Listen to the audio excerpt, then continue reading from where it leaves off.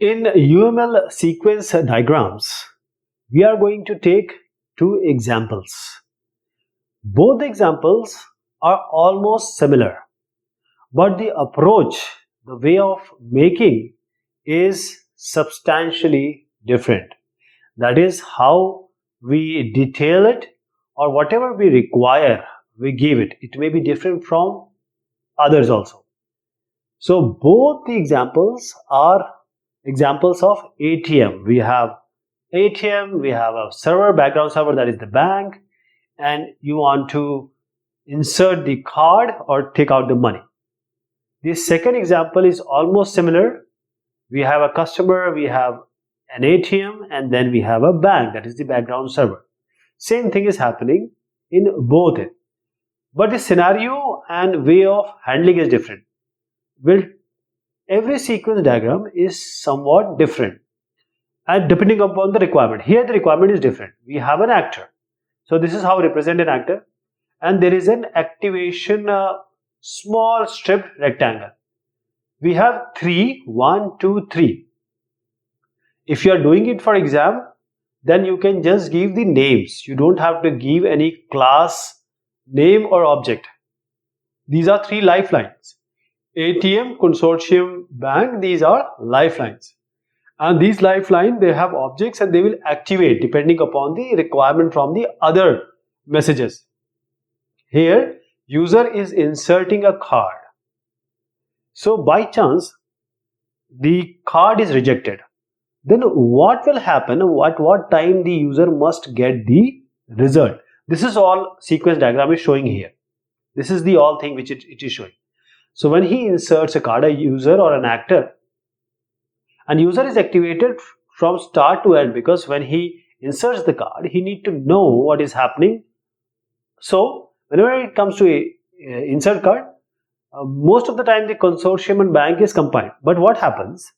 That because of the distributed system scenario or various other scenario, the server is working different and the consortium or the check is different, or the account port or modules are at different server. So these are two different things. You can combine them also. In the next example, we will combine them. So this is kind of middle layer, class we have used. So now the verification of card is done. Now this goes to the verification of the account. Now the bank is saying the account is not okay. Bank is saying account is not okay. The card will be rejected. It will go to ATM. ATM will do what? It will just throw back the card. It will give the card back. And it will eject the card basically. So if you see here, this point we have marked as A. And here we have marked as B. So we have A and B. So we are saying that B minus A, the time between them should be less than 10 seconds. Okay. So there is a time constraint. Whenever the user inserts a card, within 10 seconds he must get the card back if the account is not verified. It should not be endless. There has to be time. So these are messages passing. These are return message. These are all the sequence. These are lifelines, and we have these 3 are the normally we use the object and class name. But here, if you are doing it as an undergrad, graduate or graduate, you don't have to give the class name because you don't know the class at that time. It's just an exam paper you are going to show the sequence diagram. Now I'll give you one other flavor. Same thing, exactly almost same thing, but different work is involved here. We have a customer, we have an ATM, we have a bank also. So the customer, customer, what is this customer? This customer, customer, is a class. Is a class in Java, in object-oriented programming, in C++. You are going to make a class and then you will make an objects. So here we haven't talked about object and class in the previous example. Here we discussed, we have properly said and mentioned that this is our object. CUST is the object of the class which is customer. Here also ATM is a class, object is teller.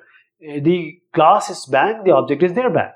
Now the user, he wants to withdraw some cash. So here properly function can be written. A function is properly written. You know, the add, factorial, Fibonacci, all these kind of functions we have seen. We have a proper function here with a draw function, and we have also passed the parameter. In order to withdraw cash, we need an account number and the amount. Now it has come to ATM now. This is the lifeline of ATM. So now what it will do, before withdrawing cash, need to check the balance. We need to check the balance. So the balance, then only the thing will be done. So balance. So if you, why? So if say 5,000 rupees or a dollar in the amount, and he wanted to take out $8,000, it's not possible. So get balance. It's the parameter is given, the function is there, and the return type is also known, real. The return type is also mentioned here.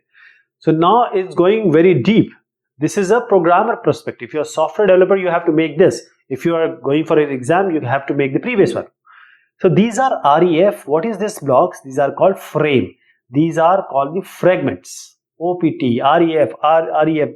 These are blocks, and these are called the fragments. It can be ALT, it can be NEG, it can be OPT. There are so many options you can use here. Alternate, for branching, for looping, we use these fragments. After UML 2.0 it has come. So REF, refer to some other. This is not here. You are talking about some other program. REF, debit account, it is some other program. This is not your program, right? This is not your program. This balance lookup and debit account are in different program. So balance lookup is a function in the another program, and there is a proper account number we have passed. The result is also in real. Now balance has come to ATM. Balance is not shown to the customer. Why it is required? Not required until and unless customer wants to see it. So the balance return message will come. Now there is a bigger fragment or bigger frame, and then we have a smaller one inside. You can also have SD as the type here, and you can put all these inside one also. That is also possible.